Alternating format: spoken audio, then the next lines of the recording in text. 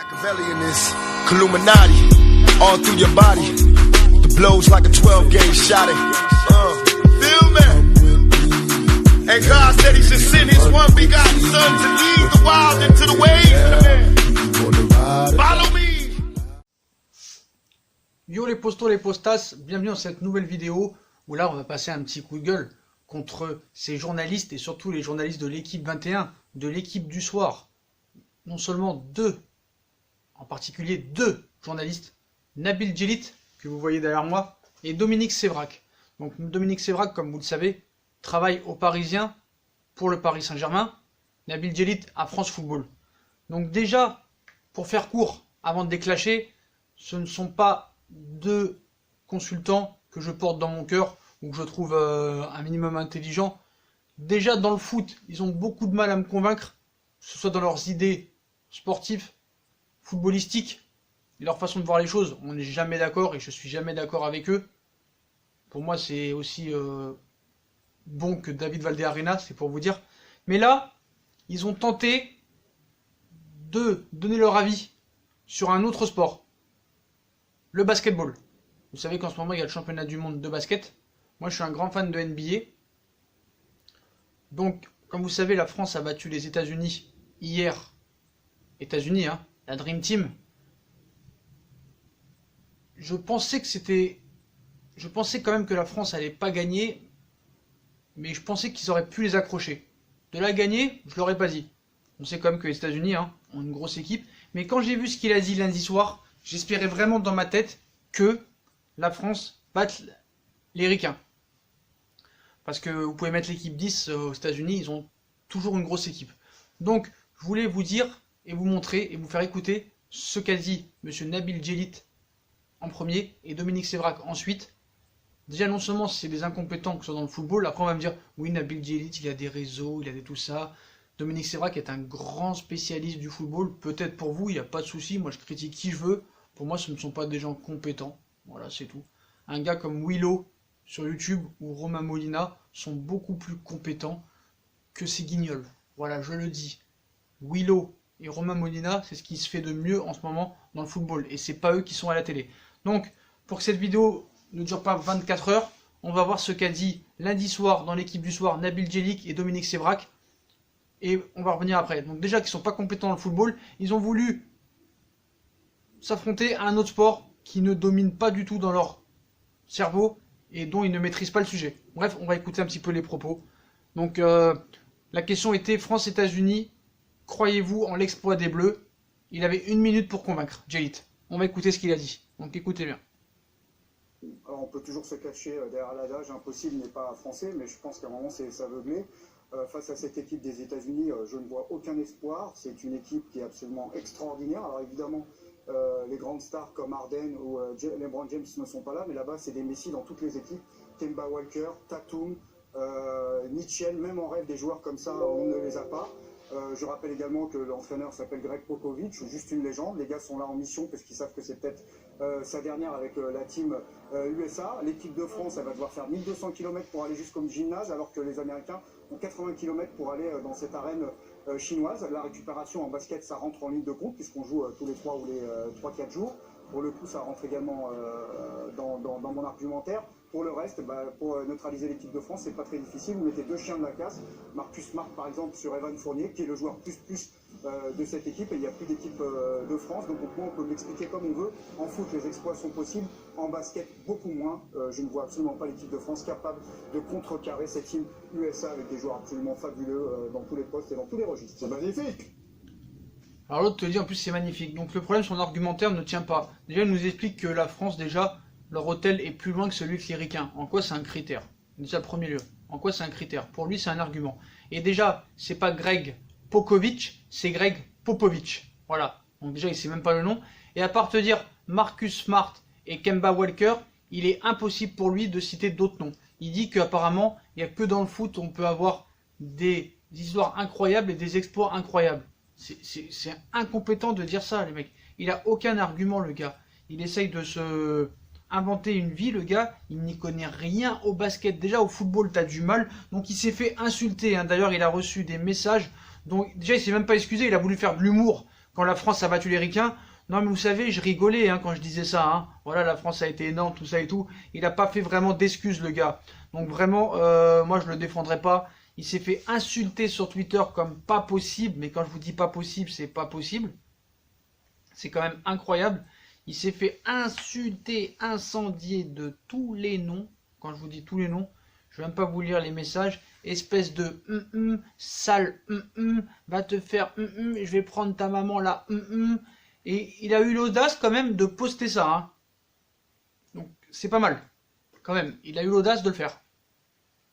Mais bon, voilà, ne t'attaque pas au basket alors que t'es pas compétent. Déjà qu'au football tu dis n'importe quoi parce que lui ce qu'il faut expliquer, Messi c'est un tocard, Ronaldo c'est un tocard, Griezmann c'est un tocard, Neymar c'est un tocard. Lui ce qu'il veut c'est mettre si on lui demande le 11 type, les 11 meilleurs joueurs de l'histoire du football, il va te mettre 11 Algériens. C'est pas méchant, hein, mais pour lui, le meilleur attaquant du monde, c'est Ben Yedder et Slimani. Le meilleur milieu, c'est Riyad Mahrez, donc je veux bien qu'il soit algérien, qu'il soit fan des joueurs algériens, mais ce n'est pas concevable. Ce gars-là n'est pas objectif. Et je trouve qu'il a beaucoup de lacunes dans le football déjà, donc te mêle pas au basket. Ne te mêle pas au basket, voilà, t'es pas compétent, il nous parle que de joueurs de Ligue 2, ça vient de joueurs de Ligue 2, c'est un joueur de Ligue 2, c'est un journaliste de Ligue 2 en fait le gars. Donc à un moment donné, Nabil Djellit, c'est Nabil Djekon, voilà, Nabil Djekon. Donc voilà, ton argumentaire de dire que l'hôtel était à 500 km de plus que la France, c'est pas logique. Regarde bien la composition d'équipe des États-Unis, certes elle est très forte sur le papier, mais voilà, essaye de t'y intéresser. Rappelle-toi qu'il y a 4 ans ou 5 ans, à la Coupe du Monde 2014, l'Espagne, chez eux, était grandissime favori avec l'équipe au complet. À l'époque, en 2014, l'équipe de France n'avait pas de Parker, n'avait pas de Joachim Noah, avait beaucoup d'absents et ont battu l'Espagne, la grande équipe d'Espagne, en Espagne avec l'équipe type. Et c'est ce qui leur a fait rappeler Penaud. Donc Djellit, déjà qu'au football, t'as du mal. On va lire un petit peu les messages qu'il a reçus sur Twitter parce que vraiment, c'est des messages gentils, on va dire, mais qui quand même le critiquent quand même à tout va. Donc aussi bon en foot qu'en basket, hein, le Nabilou.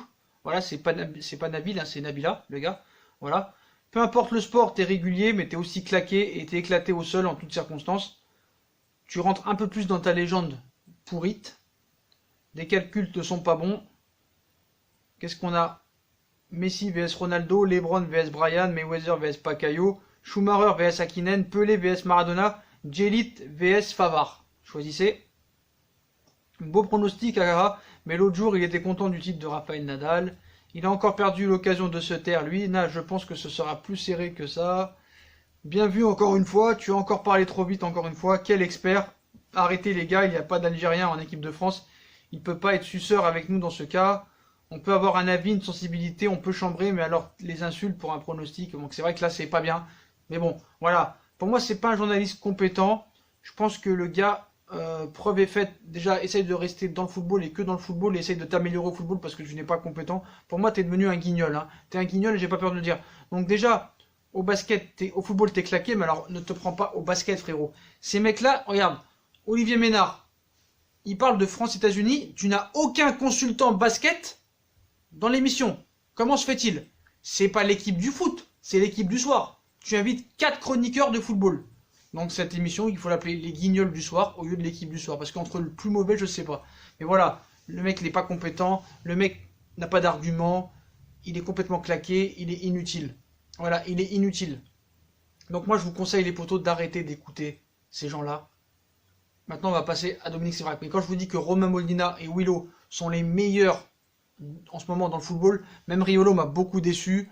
Voilà, ça parle trop vite. Ces mecs-là te font une critique d'un match qui n'ont même pas regardé, ils ne s'intéressent même pas vraiment au basket, ils ont été obligés, on dirait, de donner leur avis alors qu'ils s'y connaissaient pas. Donc voilà, essaye de travailler ton sujet, regarde des matchs précédents, regarde l'équipe de France, il y avait des joueurs NBA en équipe de France, Evan Fournier, Rudy Gobert, c'est pas n'importe qui a été l'un des meilleurs défenseurs en NBA, Evan Fournier, Frank Ntikinta, donc voilà. Et l'équipe ricaine, même si c'était l'équipe 10, c'était quand même une grosse équipe, et à part Kemba Walker et Marcus Smart, il nous a cité personne. Donc voilà, éclaté au sol.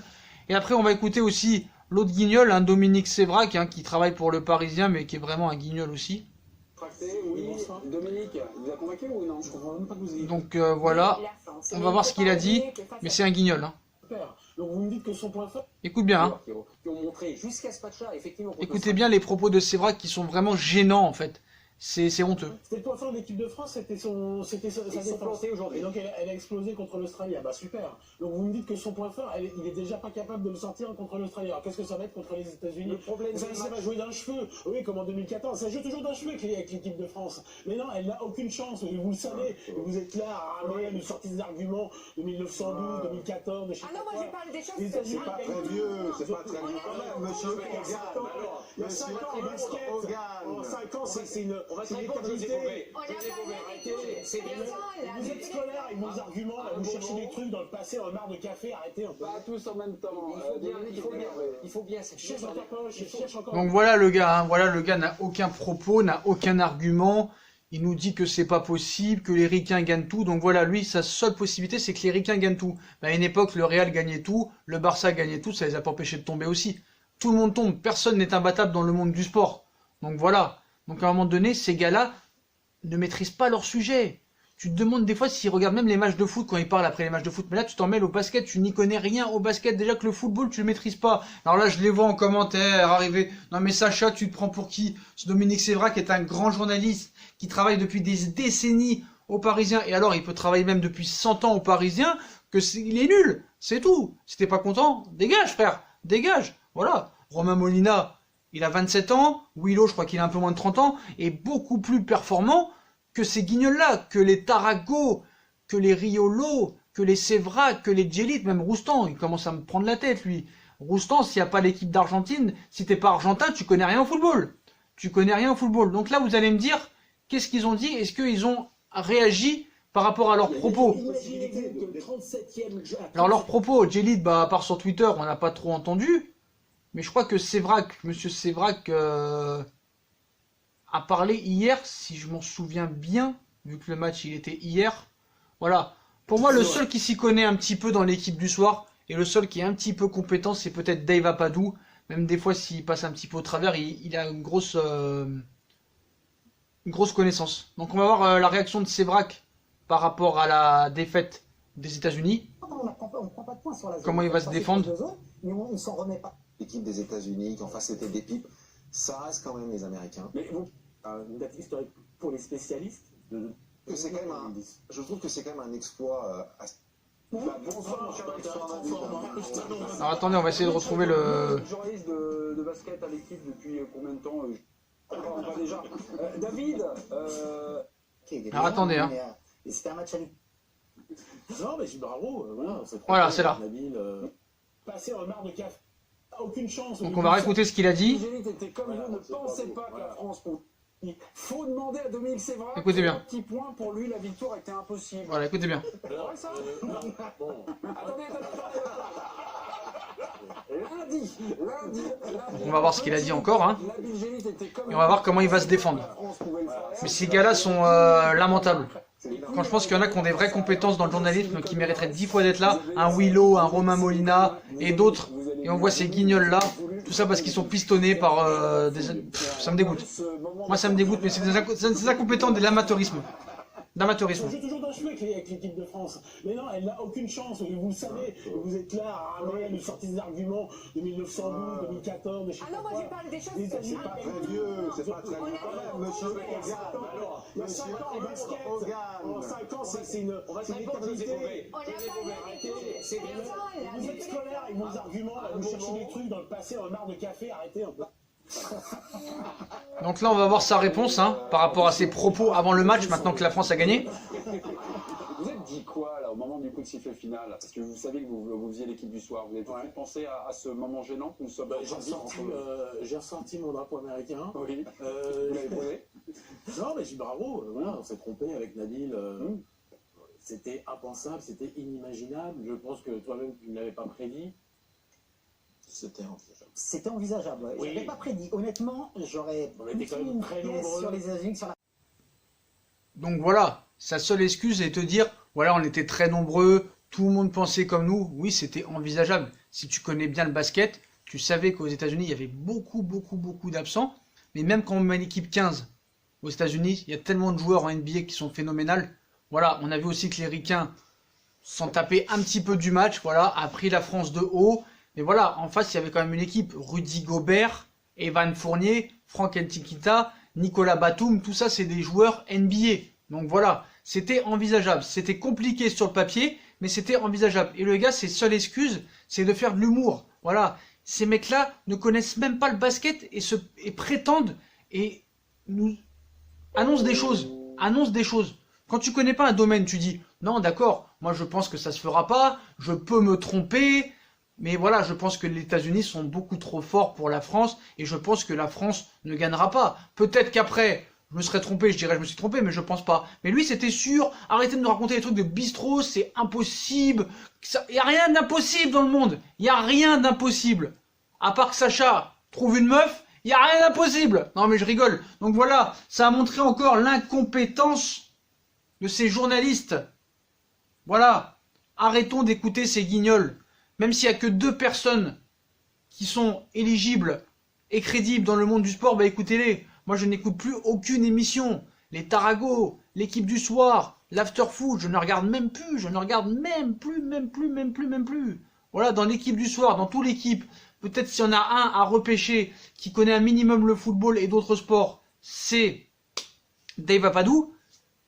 Et après, le reste, il n'y a rien, quoi. Il n'y a rien, c'est tous des incompétents. Voilà, ils changent tous d'avis, c'est des hypocrites, ils retournent leur veste, c'est des incompétents. Et Djelit et Sévrac ce soir, voilà, Nabil Djelit c'était Nabila, et Dominique Sévrac c'était Dominique Lopez. Voilà, je suis désolé. Voilà, ils sont incompétents. Donc, si vous êtes des vrais journalistes, regardez, analysez, faites des études. Romain Molina, il va sur le terrain, il va en Irak, il va au Yémen, il va au Bahreïn, il va en Arabie Saoudite, il fait des recherches poussées. Willow, pareil, ça c'est des bons gars, ça c'est les meilleurs. Même Riles c'est très fort, même si pour moi c'est un petit footix, il est très très fort. Mais voilà, pour moi Willow et Molina, c'est 10 fois supérieur à un Dominique Sévrac et un Nabil Djelit. Voilà, je suis désolé. Roustan, faut arrêter avec son Argentine. Djelit avec Ben Yedder, Ballon d'Or. Slimani, Ballon d'Or. Tarago, l'anti-parisien. Sévrac, l'incompétent. Voilà. Je suis désolé, je peux même plus les écouter. Voilà, voilà, Nabila et Sévrac, c'est terminé maintenant. Voilà. Donc maintenant, moi, j'écoute. Pourquoi j'écoute? Parce que pour voir vraiment quelle crétinerie ils disent. Quelle débilité ils disent. Parce que là, on est dans le sommet. Voilà. Donc, tant mieux pour eux. Ils sont dans une émission, ils sont payés grassement, ils sont là par piston, mais dans l'équipe du soir, c'est tous des nullards. À l'afterfoot, c'est tous des nullards. J'ai pas dit que j'étais meilleur qu'eux, loin de là, mais des gars comme Molina, je me répète, Willow sont beaucoup plus performants que ces guignols-là. Même Duluc, le pro lyonnais, c'est n'importe quoi. Voilà, ils retournent tous leur veste. Roten, c'est catastrophique, nullissime. Tarago, j'en parle même pas. Sans fourche, bah, il porte bien son nom. Voilà. Penaud, ça va un petit peu quand même. Lui, il a quelques réserves, mais c'est pas non plus exceptionnel. Puis voilà, et l'équipe du soir, ils ont qu'à faire l'équipe du foot, parce que ça parle que de foot, et quand ça parle d'autres sports, c'est des mecs du foot qui réagissent. Donc c'est n'importe quoi, les potos. Pour moi, c'est des guignols, des incompétents, des nullissimes. Peut-être que moi aussi, je suis incompétent et nullissime, mais eux encore, ils le sont plus, parce que c'est des journalistes, et ils ont une carte de presse, et ils doivent être crédibles et donner des arguments. Le gars, il parle de basket, comme moi, je parle de danse. Voilà. Comme moi, je parle d'œuvres d'art, de peinture. Je m'y connais pas, donc j'en parle pas. Donc voilà. Mets des réserves. Quand tu parles d'un sujet que tu connais pas, mets-y des réserves. Nabila, là. Voilà, les potos. Bah voilà, les potos. Voilà, c'était un petit clash. Hein. Donc comme d'habitude, hein, si on a kiffé la vidéo, on like, on partage, on s'abonne. Dites-moi en commentaire ce que vous pensez de ces journalistes qui pour vous, pour moi sont nuls. Est-ce que pour vous, il y en a un que vous aimez bien? Dites-moi vos journalistes préférés que vous trouvez bons. Si vous en trouvez pas un qui est bon, sinon citez-moi des youtubeurs que vous aimez bien, genre Willow, Molina. Moi, c'est mes 2 préférés du moment. Puis je vous souhaite une très bonne vidéo. N'hésitez pas à nous suivre sur Snap et sur Facebook, Twitter et Instagram. Surtout Instagram, hein, pour être au courant des vidéos et des informations en direct. Puis moi, je vous souhaite une très bonne vidéo et à plus tard dans une nouvelle vidéo. Tchuss les potos!